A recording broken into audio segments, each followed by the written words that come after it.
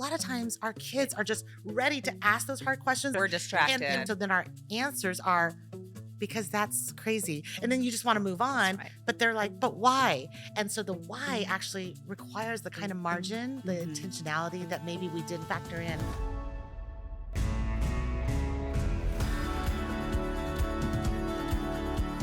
I'm Melissa Kruger, and I'm here today with two real-life friends, Ruth Chou and Sandi Taylor, and we're going to be talking about parenting teens, which is a topic that is near and dear to my heart, and I have talked with you both a lot individually. Ruth and I shared a dinner, like a wonderful dinner. That was So such Are a you good thinking meal. about the tapas one? Yes, the tapas Love with that all one. the food, talking about this topic of parenting teens and how to do it hopefully. Sandi was one of my first readers of the book.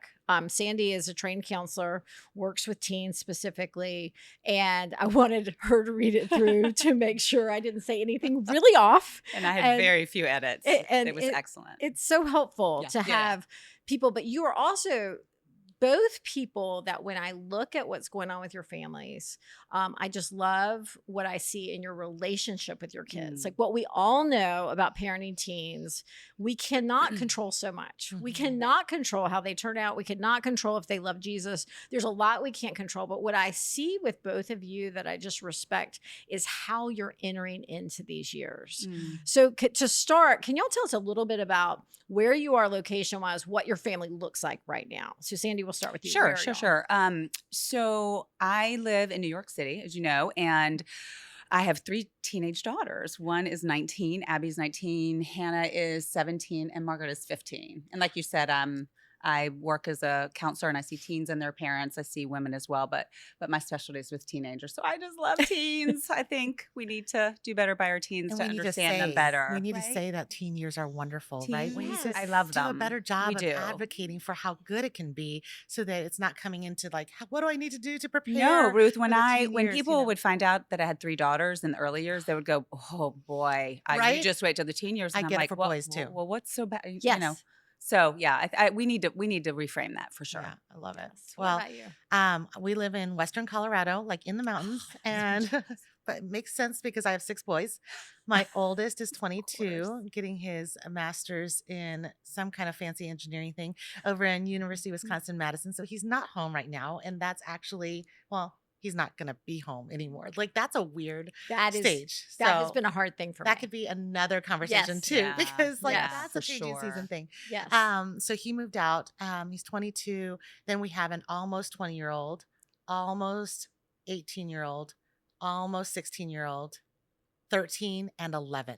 So Wow. I do have all teen boys. And I get the same thing though, Sandi, that whole like, oh my goodness, oh teens, how do you even survive it? And I kind of just love being able to tell stories Yeah. of this season because I wasn't always given those stories, right? Stories of how Yeah. it can be rich or how it can be better than you expect. So anyway, Mhm. I'm looking forward to this Yes. conversation. Me too. I remember hearing, oh, little children, little problems, big people, big The problems. kids' big And you're problems, like, yeah. I'm sorry, being thrown up today by a toddler felt like a big problem in my life. Totally. It was exhausting, and so Yeah. when they would say that, I'd feel all this fear. And I'm with you guys. I love the teen years. Yeah, I and, love them too. and here's the reality. I have friends who are walking through really hard things. And I do understand that big problem thing. But I love that we can also all say there's some really great things about the teen years. And so I'm in, But that's why I was going to say, I love the title of your book, Parenting with Hope, because that's the issue. The issue is not the 3 of us are not saying, oh, our children are perfect, things are easy, or parenting teens is It's just not so easy. simple. It's that when you shift your mindset about what parenting teens is about, and you know that it's like there's hope, there's opportunity. Yes. I love the word opportunity because when you realize you're not at the end of a journey, you're just beginning a new version of the That's journey. right. That's And so there's so much opportunity that you can be like, hey, it matters. I'm going to stay diligent. I'm Mhm. not going to let off the gas and be like, oh, I guess they're just going to turn out the way they turn out. We actually still have opportunity and we can be hopeful during That's that right. season. Mhm. That's such a good point. I just want to say, because it's not the end of the journey. I Yeah. think when we It's a chapter in the journey, right? Yes. I think that's how we have to see the Yep. whole story of their lives. This is the chapter. Let's understand it. Let's do the best we can. Yeah. And it could be a chapter. Whereas if you think it's the end, you Yes. parent in fear. And then you Yes, do a that's lot right. of things that make other chapters really hard. Mhm. So true. So- Amen to that. And they're like all in Sandy's office for years after because we were trying so hard to control every decision they Right, made right. that they're like, I've got to get out, out from under this. Well, I'm in a similar season. I have kids who are 23, 20, and 17.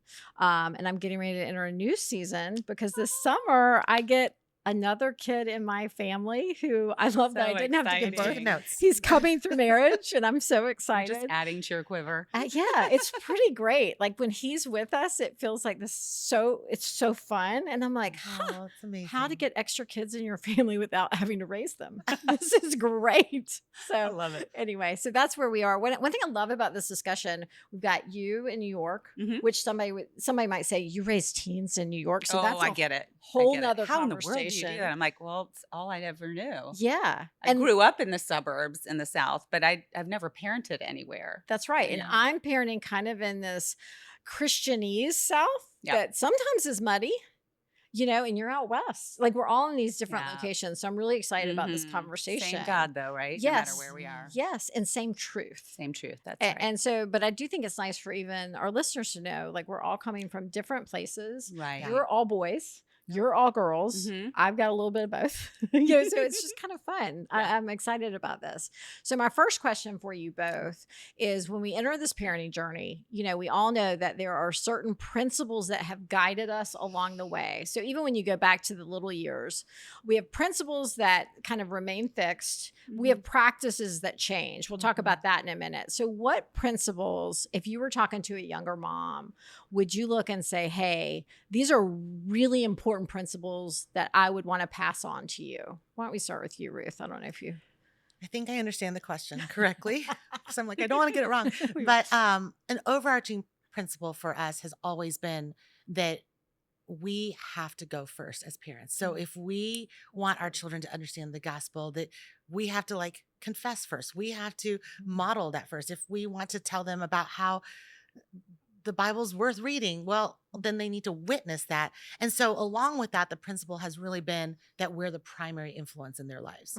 So then that doesn't change as the practices change. It doesn't change as seasons change, meaning rather than say, hey, I'm going to take my kids to church and let church do all the hard work of discipling them. At home, we just do homework. Or, or Right. we send them to Christian school and that's the primary influence. Or somehow once week in summer, they go to VBS and that's somehow where they're going to get it. We just said, okay, even if they do all those things, we have to be the primary influence. So Mhm. I don't, does that, That's is that right. Yeah. You're the overarching? example. Amen. Yeah. Yeah. That's been a leading principle for us for That's sure. good. And that's a hard one. It's a hard one because they're watching. Let's just export the examples, let other people be it. But no, and I actually think that's one that carries out even more importantly in the teen years. Yeah. Because what I will say is you can maybe fake some things with younger kids, Yeah. but The teenagers jig is up when they hit the teen Yeah. years. Well, it's so easy to want to hand even your teen a book and say, this wise person wrote this book that will help fix all Right. these issues or answer your hard questions, but nothing That's right. is the same as you really making the time. That's Yeah. right. So Yeah, and I think I had that as a thought as well, Ruth. But I also think for us, it was one of the main things was what matters to the Lord, because I think we can get down what matters to God needs to matter in our home. So does it really matter what they're wearing to preschool or to middle school, right? Or and so that's God's word. That's loving Him. That's loving others. It's who they become is more important than what they do. It's keeping primary things primary, Yeah, I and that love can that. be really hard. I mean, whatever context you're in. Mhm. I mean, in New York, it's like you've got to have your child signed up for 17 activities, and you got to go to the right school to get into the right college, because if you don't do that, then you're going to blow up or something. I don't know. I mean, the right 2-year-old preschool. The right 2-year-old. Not Yeah, just Melissa knows. kindergarten's like ancient. You gotta yeah, and so and that's, I mean, every every context has its markers, right, for what what is going to make a successful child. And I Right. think we go to the scripture and Mm. keeping him first. And, you know, a wise mentor of mine one time said, is this going to matter in 5 years? Is this going to matter in 10 years? And that is a question. We'll probably talk more about this in a little bit. Like that has been a big one for me in the teen years. Like, cause you have to be really thoughtful Yeah. about, am I going to Yeah. lean in here? Am I Yeah. going to take up friction with my child about this, because is this really Mhm. going to matter in the years Yeah. ahead? And I think there was a lot of wisdom in that. So yeah, so that's been a principle that whether they've been a toddler or a teen, that has stayed the same. Yeah, and that's really good too, because when you're focusing on what does God care about, like every home is going to have extra house rules. Just meaning we all are going to have ways our family works, whether it's what time you have to come in, that's clearly extra biblical. I Yeah, mean, sure. like we're all going to have that. But when you step back and say, how many of those am I going to add? Right. That's going to become right. increasingly important in the teen years, because the kids, if we're always if we're always bringing the rules Mm-hmm. past what God has said, Mm-hmm. they're going to, I feel like, start feeling one in a box, and they're going to start Yeah, that's when they start. pushing out Yeah. of that box. Yeah. And whereas you want to always say, these are God's rules, those are always followed. And even understanding, hey, these are mom and dad's rules. We maybe can have a conversation about it, which is a little different. Sandy good just point. said, you know, who they become is more important than what they do.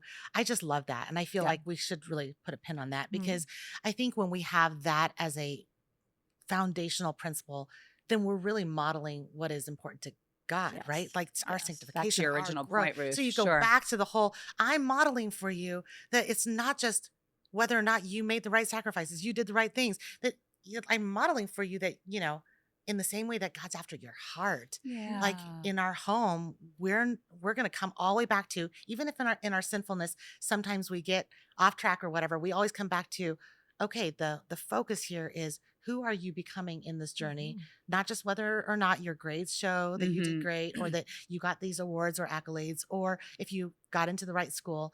And I think for parents, that is an idol we have to die to every day, because 100%. it's just so easy.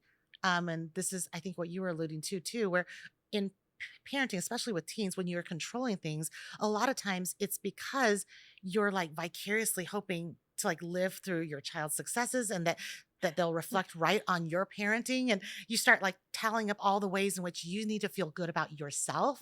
And I can't think of a more detrimental thing for them understanding the heart of God than when we start applying our own rules, our own pharisaical, like, It's my kingdom versus thy yes, kingdom. yes. And that has been a mantra that I learned the hard way. I mean, we're always messing up in that regard, Sure. because I want my children to adapt to my rules, and I want them to look the way I want them to look, versus, and that's my own brokenness. That's my own idolatry. And it's okay. What is God after? To your point, Ruth, he's after their heart. Yeah. And we have to keep that in front of us. Yeah. So, well, as you've gone on this journey, so we have certain principles that we've held to.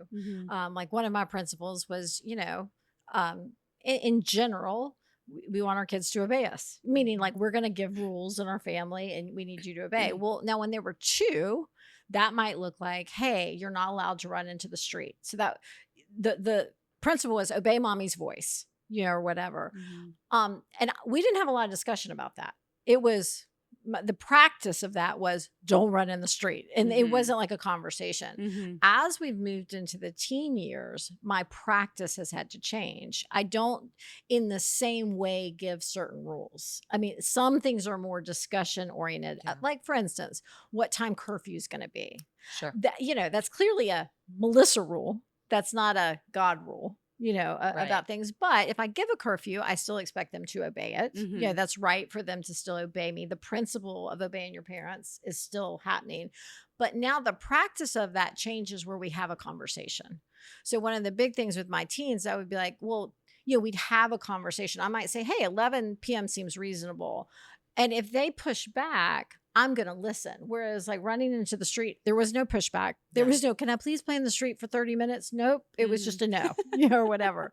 How have your practices changed a little bit as you've moved into the teen years? I was like smirking and laughing over here when you said, like kind of like that question of when is the right curfew? I was like, oh, or why can't I become a professional Minecrafter? Like that was an actual legitimate question. I mean, I was like, I've never been asked that before Yeah, and Ruth, why can't he? it was number 4 of 6. He won't mind, Wow. but it was really a true question in his like early teen years. He was like, Huh. but people are making a real living, like Yeah. being a professional Somebody's doing Minecrafter. it. Somebody's doing why there's a lot of entertainment value, there's a lot of skills involved.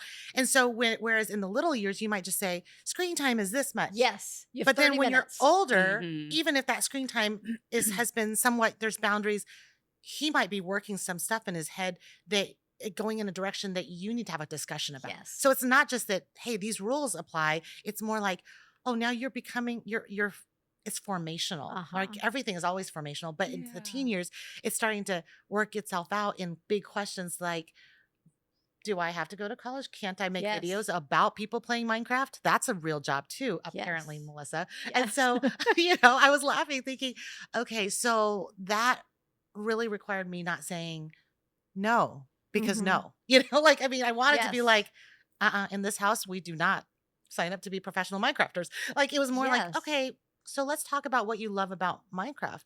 That's right. What do you see other people doing and having in Mhm. their lives? What is so rich about their lives that you think you want that excitement in order, like what is it that you want from this? Yeah. Describe to me what you think that person is doing with their lives. Yeah. What's and so Yeah. as you're asking Mhm. these other questions and you're really saying, I'm so fascinated by Minecraft. Tell me all about it. Then it really changes rather than me being so fearful. Don't get me wrong. I was Yeah. fearful. I was I like, agree. "Oh my goodness, we're about to lose somebody to YouTube." But if you had just shut him down Yeah. and said, "That's the craziest thing," oh, seriously, I like kinda that's what I'm wanted paying. to. Yeah, I you yeah. would have lost him. Yep. I mean, what that would have said to him is, you're not taking what he loves Yeah. seriously, and you lose that good working Yeah. relationship that I think is so critical in the teen years. And So that's so wise. what I learned about that, because he was number 4, and so I had a few that didn't ask those kinds of questions or didn't try to push my buttons quite so much. Mhm. But what I learned about with number 4 was that right now he's not obsessed about that anymore. Yeah. Right now that's not his lifelong dream. And Exactly. it wasn't because I told him it was a stupid dream. It was because we kept talking and asking questions, and so he started feeling safe to talk to Yes. me about It's his huge. random ideas. Yes. Like the ideas that really don't make sense, probably won't make me proud, and might be embarrassing. He was like, let me just try it, see what happens. And Yeah. because I was more interested in knowing why he thinks that, more interested in his Knowing happiness, him. knowing him, Yes. what makes him tick, what is it that he's experiencing, the more he was like, okay, so I just now played that out. Now maybe I can move I'm on. moving Right. So now we have Right. actual conversations about what to do with his life, which he still doesn't know, but it's now conversations that are more fruitful because I established the pattern. Like it's okay That's to right. talk about How old crazy was he, things. Ruth, when you had I that want to conversation? say when we had that conversation, he was 13. Yeah, and Mhm. your child at 13 is very different than they are at Yes. even 15, Yes. right? I mean, Yes. every year. dreams. I Oh mean, Oh my and goodness. and Yeah. a 13-year-old, that's like the height of emotionality, and they're, Yes. it's big feelings. And if you had just shut that Mhm. down, I mean, the wisdom is, okay, this is going to be ever changing. They're ever Yes. changing, whether it's what they do for a living or, I mean, this could be a million things. So just keeping that, I mean, I think that's the big theme is keeping that is the big difference, I think, between how practices play out is I'm grand, I'm control central when they're little. And then when it gets to the teen years, it turns into conversation. You're a coach, you're a thought partner. Yes. You're still, we all know we're still Yes. making the decisions, right? Yeah. But it's the approach is Yes. different. And it's really critical in those teen years. Yeah, I like to say you lead with a conversation, not the rule. Yeah. Mhm. It doesn't Yeah. mean you don't have an internal rule. Yes. That's You right. don't have a place you're trying But you to don't get play it first. Yeah. Yeah. It's a backdoor. Whereas a approach for toddler, sure. it's fine to lead with the rule. Right. Don't But run in the street. we're also trying to coach them and train them and equip them. They're going to leave us one day. Yes. I mean, they're moving toward independence and autonomy, and we want to raise adults who are capable and they trust the Lord and they know who they are and they know how to grow and they know how to deal with change and uncomfortable and all the stuff, and to walk with them through that. Mhm. I always say lead with relationship, not rule. Like, Yeah, so that's just gotta good. have the Yeah. alliteration, but it is That's good. very different, and you Yeah. have to fight the fear. Yeah. Just one really quick thing about practice too. I feel like when you have little ones, you can choose when you want them to talk to you. You can be like, this is the Oh, time, this is that's now right. we're going to have a conversation. And you literally can sit them down and it's like right then and there, that 5-10 minutes is when you're going to talk about something. You can't make that Mhm. decision for teens. Nope. And so one of the things that I've had to really learn about practice is I can't I can't assume that I can squeeze in a really important conversation with my teen Yeah. in the 5 minutes between two things we have going on. I actually have to make sure that there's some margin where they perceive that there's nothing else competing for my time and energy if I want something to overflow and come out. So that means, and it doesn't mean that my schedule's always like, I'm just sitting there like, I'm available anytime you want to talk to me. No, I don't Hanging want, out in the kitchen. I don't want to make it sound like that. I just mean in I need to change my heart to not assume that all those important conversations are going to happen just because I have time now, just because I got done with my emails. Mhm. Yeah. Now's the time you're going to Yeah. talk to me. No, rather, I need to be willing to say, hey, I'm going to go take a walk a little later. Do you want to join me? Or That's I've right. got nothing going on Saturday morning. We can go to breakfast. Or I'm actually home Mhm. tonight and I'm going to put away my phone so you don't think Mhm. that I'm sitting there really busy because a Mhm. lot of times our kids are just ready to ask those hard questions or be like, why Right. can't I be a professional Yes. Minecrafter? And we're And distracted we're or on our, yeah. distracted and we can't, and we seem to never have time. And so then our answers are because that's crazy. And then you just want to move That's on, right. but they're like, but why? And so the why actually requires the kind of margin and the Mhm. intentionality that maybe we didn't factor in when the kids were Mhm. little, That's a you great know? point. That's right. So I think one principle is teenager parenting still takes time. Yes, it It still can takes look time. like it Well, the doesn't, danger is, but it oh gosh, they does. can get around on their own, and I don't have to hire Right. sitters, and Yes. I can go back to work, and I can go out with, Yes. I can have all this extra time. We still need to be there because they, Yes. but to your point, Ruth, they want to have conversations on their terms. Yes. That's They've right. been at meetings all day in school, Yep. in class with the coach or whoever, and Yeah. they're at the dinner table. That's Yeah. the meeting they showed up for that they're not, Yeah. that they didn't schedule themselves, and they want Yes. that autonomy. They want to do things on their terms. We have to be there and we have to be available. And it's not going to always work, but Yeah. I think that is a myth. It's like, okay, they don't really need, because it's funny. In some ways you think, okay, I'm here and nobody wants to spend time with me, but then all of a sudden they do. Yes. And so you just have to be available. And it's also a myth to think that if you ask them a question and they grunt or they don't have a real big answer for you, that they're done, like they're not interested. Usually it means that you plant a seed and Mhm. then you go Yeah. do something It and still don't gets in. multitask Yes. and try Yeah. to talk to your friends while you're doing it and they'll wander in. Yeah. And most of the conversations I've had with my teens happen where we have the beginning point of a conversation earlier in the day and they don't say much about it. But then later on, I might be doing Mhm. folding laundry or I might be packing for a And they trip come on and their they wander terms. That's in, they right. sit on the edge of your bed, and then they're like, I was thinking about what you asked earlier. And then that opens up, Yes. right? Yes. You too? It's always Yes. right Oh before yeah, bed. especially with boys. I don't know if Always right that's before bed. yeah. I mean, I just feel like with boys, especially, Mhm. it's a little different. My girls, just my girls, it could be different Sure. with other people's Yeah. girls. They're ready to talk more. Right? That's Many true. more options for them. Yeah. But with my boy, I feel like I really have to be on his Be terms available. because I get a Yeah. lot of the grunting with the first go of First round. questions. Yeah. Yeah. So, Yeah. well, Sandy, you counsel a lot of teens. Mhm. What are you seeing in your office on a regular basis? Yeah. And how would you encourage parents? So, you're seeing probably some trends. Mhm. And what encouragement can you give to parents about some of the trends that you're seeing? Yeah. So seeing a lot of worry, a lot of Mm. anxiety, and worry about school, worry about friends, worry about where you're going to go to college, worry about faith and differing Mhm. opinions than they have, that differ with their parents. Worry about the worry. So there's a Mhm. lot of anxiety out there, and I think anxiety's gotten a bad rap because anxiety is, and one of the things I talk to teens and parents about is like, it actually is a God given Mm. good system that's telling us something, right? It can protect us. It Absolutely. can warn us about an unhealthy relationship. If you know, my girls would be like, I'm so anxious about this test. I'm like, have you studied yet? And they're like, no. I'm like, well, that's anxiety being your friend telling you, go study for the test, silly. So we have to, so there's a lot we're great at treating anxiety. Like that's the good news for parents.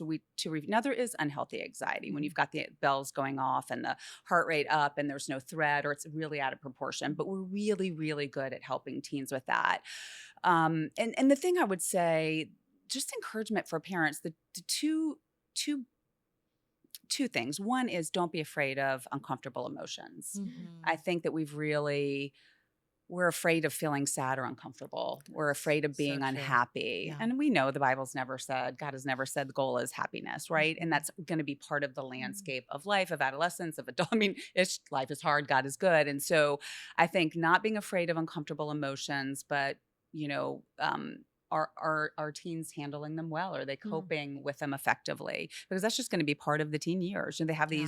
these really, their brain renovates in the teen years. And so the first thing to renovate is that emotional center. And so they've got all the big feels and not a lot of perspective, like a comparatively weak perspective center. And so it can feel really scary, but that's normal. Like that's typical. And so I think parents can be really afraid of that. So we have to, and we have to embrace them for ourselves as well. You know, a lot of anxious teens have anxious parents.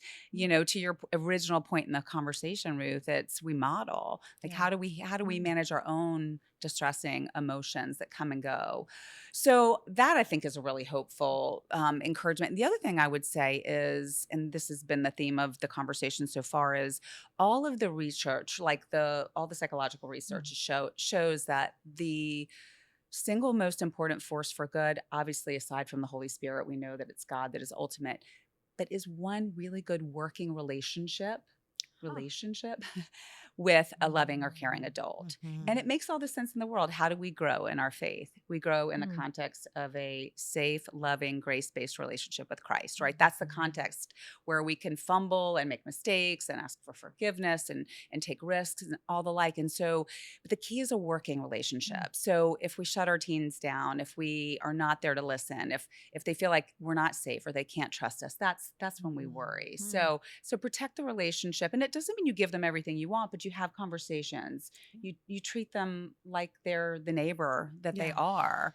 And yeah, so I would say relationships and not being afraid of emotions. That makes sense. Yes. Yeah. Can I throw in there that most of the time, generally speaking, when you're about in the teen years, is also when, as mamas, your body's changing too. Yeah. I mean, we keep talking about That's this. right. I mean, but like It's I wasn't change. totally ready for the way I was going to have big emotions and not a lot of this or whatever, you know, like I'm laughing looking at you, like describe like not a lot of processes and a lot of like emotions. And I go, yeah, I'm kind of returning to a little bit of that. I don't know if I'm thinking with this or back here right now, you know?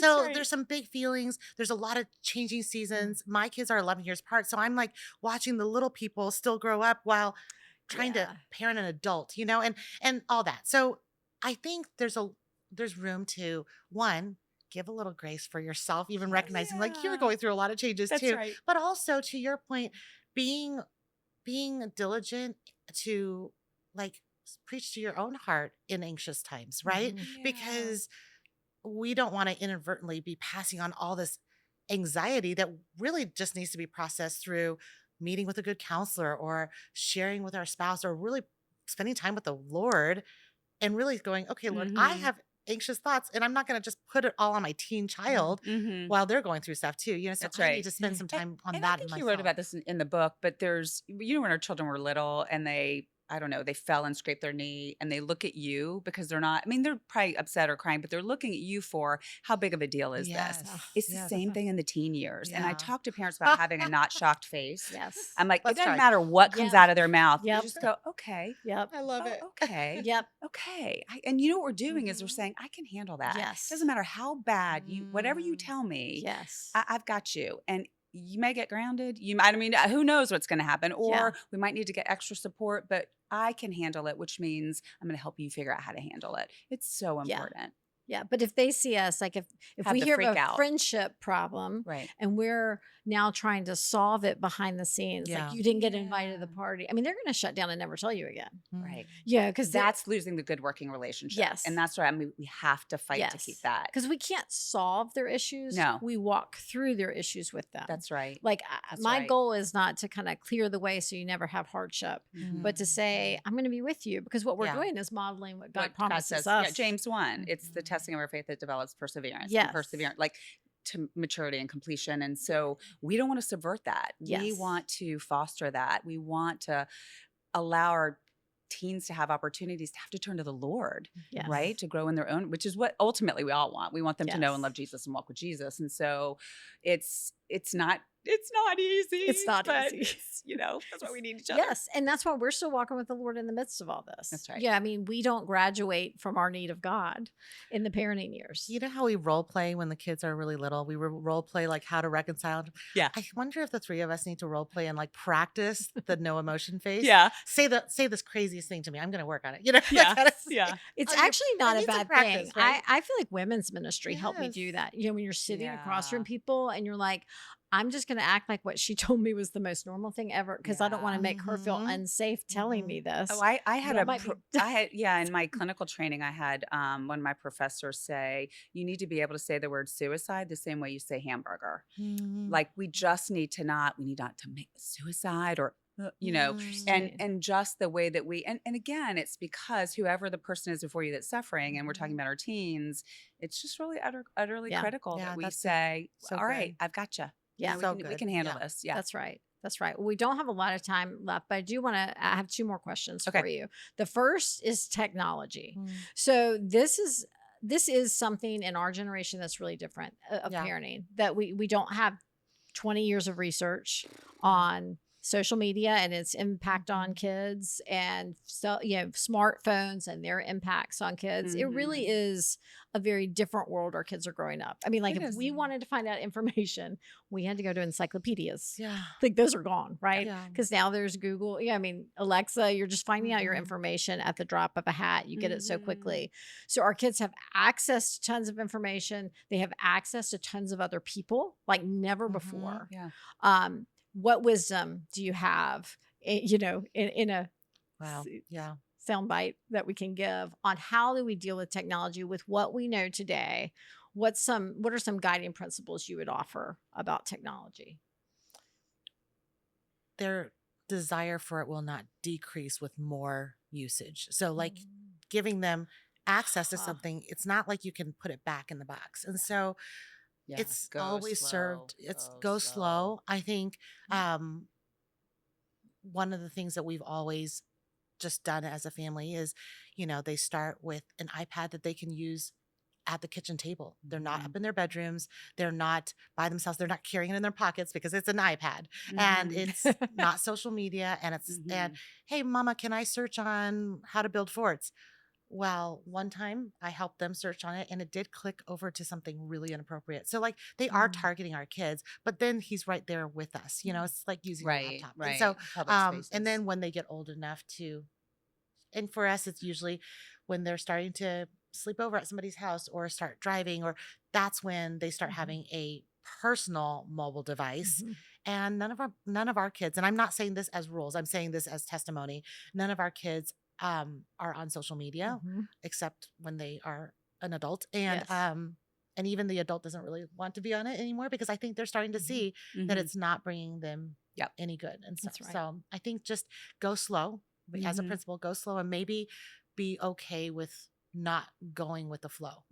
Be okay with starting that conversation early and saying, hey, we don't need to do it just like everybody else. That's right. And the other thing you can do, because I mean, the counselor in me kind of, if I put my counselor hat on, our teens need friends, and middle school is Yes. huge, right? And what's Yes. happening is everybody's getting digital technology in Yes, middle yeah. school.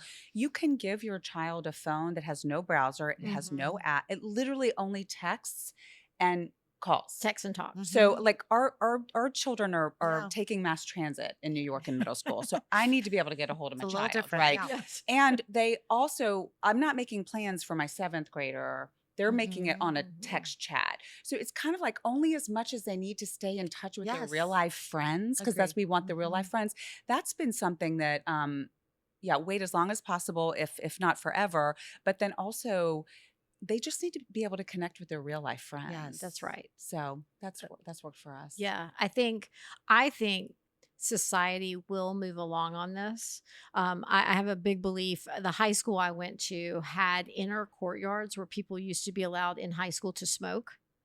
Until what did we find out? Wow. Smoking causes cancer. And now, of course, no one was allowed to smoke. By the time I got to high school, it was not allowed for a smoking courtyard anymore. And I really do think there one day will be Surgeon General advisories on Mhm. social media Mhm. and on some of these things. So I think we're in this uncomfortable space where it hasn't caught up to what the research is. Yeah, it's pretty much a mixed bag right now. If you Yeah. really go out there and read and don't just read one resource, it's mixed Yeah. for sure. Yeah. And so it'll be interesting when we get that data Right. in It's too soon. to Yeah. see, okay, what impact is this having Mhm. on people? And so Yeah. in that in between, this is where I think one, again, having the conversations. Why do you Yes. want a Yeah. cell phone? Yeah. Why is it important? Because there could be Mhm. different reasons. Mhm. And it could be social. Like I just want to be able to text with my friends. Well, Right. then you can get the text and talk Right. phone. Then that makes sense. And then, also I've talked to my girls about the algorithms. Like you just hover. Somebody sent me a golden Yeah. retriever video the other day. Mhm. And I mean, Now you're and getting them all all of a the time. sudden and I was like, whoa, Yeah. you get Yeah. you get a 14-year-old who wants to Yes. get fit for Mhm. soccer practice, for soccer tryouts. And next thing, and she searches that Yeah. the minute you search. Yeah. Okay, but here's the great thing about teens, and this, I know we need to move on. If you talk to like a 13, 14, 15-year-old about that and tell them basically how they're being manipulated by the algorithms, it'll make them mad. Yeah. And I And mean, there are they lots of understand ways it. to talk to your Yeah. teens about this that I think are really good Yes. coaching and Yes. training and equipping Yes. for life. Yes. So anyway, yeah. Because I do think this is a season where we can't just restrict because they're getting ready to go into the world. So you need to be helping train their How are you brain. going to think about this? How do you think Don't about teach it? them what But to sharing think. those Yeah. facts in a factual, non-emotional face Yeah, like is what do you think different, about that? right? Yeah. Versus a Yeah. mom that's like panicky and scared and wanting to like control everything. Yes. Then they turn off, Well, So they go underground yeah, and they do it yeah. at somebody else's house, Yes. like Yeah. working relationship. That's Yep. right. That's Good. right. So all of these things. Well, okay, this is kind of a hard question. As you look back on parenting, are there any regrets? None, right? I mean, like, are there any I did it things- perfectly, Melissa. The whole Are there time. any things you do look back though and say, wow, if I could tell my younger self, hey, just let that go, or just don't take that so seriously, or are there any Yeah, things? I was mentioning this to you before. I have my first child is very different than me, and I you don't really know that, like in the very, like you're sort of figuring that out when they're a toddler. She's super introverted. She's she's just such a great kid. I've learned so much from her. But I thought God was going to give me a child just like me. Right. And so I kept trying to make her extroverted. I would take her to all these social things. And finally, I realized I've got to parent the child that's in front of me that God has given, which means I need to slow down. I need to be prayerful. How do I need to, what approach, what does she need? What's best for her? How do I encourage her gifts and her wiring and all of that? And God love her. I still to this day apologize. I'm so sorry I kept making you go to all these really social things all the time. So I do have regrets about it. It was, again, parenting for my kingdom and I wasn't intending to harm her in any way, but it must have been tough for her. So that I do have that regret. I wish I'd slowed down and really kind of understood that better. Yeah. Gosh, so many regrets. Not so many like I can think of exactly. It's more like I regret having a weak like attitude towards like anger. Anger when I know lashing out doesn't help, right? Yes. But now that I'm a little older, I'm like, wow, that was not a lot of self-control, right? So I can't think of one time where I actually got the actual results I was hoping for because I lashed out. But I think the one that I would want to draw attention to specifically, and it's pretty vulnerable, I guess, to even share it because, we do share a lot of our story on social media and stuff. And I am so great. Troy and I are good parents together, but we are very different. And I think a lot of times husbands and wives are a little different. This is such a great point. And Ruth. it's so easy to, I would say, regret that I would have is to, when I've not used the self-control, to not analyze my husband's parenting or my husband's attitude in front of my kids. I'm not speaking really ill of him. I'm not necessarily pitting them again, not bad enough like that, but I'm in some way analyzing and critiquing something so that I could ultimately seem like the wise one. And I've never, ever, there's no fruit from that. There's no good fruit from that. And so I regret having been less of a team at times and more of like I'm my team, you know? And so that would be a regret is now I look back and want to tell my younger self,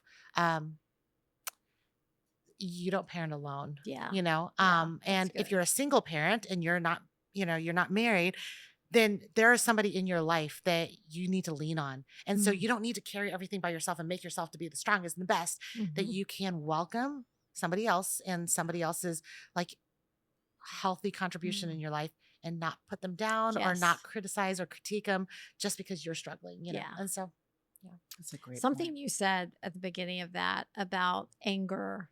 One thing that this light bulb moment for me was, it's his kindness that leads to repentance.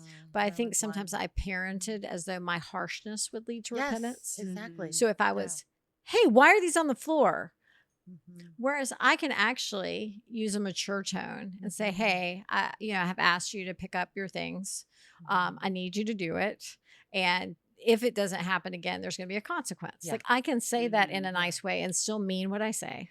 But I think sometimes in the teen years, it's tempting to use a harsh tone to correct. And I was like, that's on me. Yeah. My It's your tone is on kingdom. me. Yes, that's right. You know, and my choice of being impatient or unkind, that's not godly.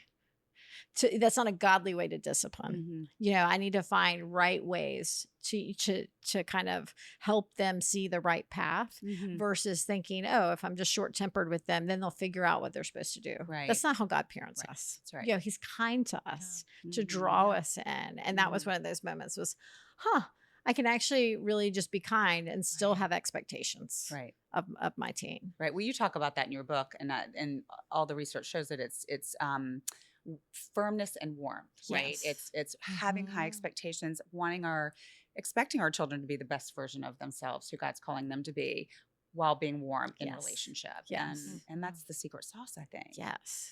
Well, this has been such a good discussion.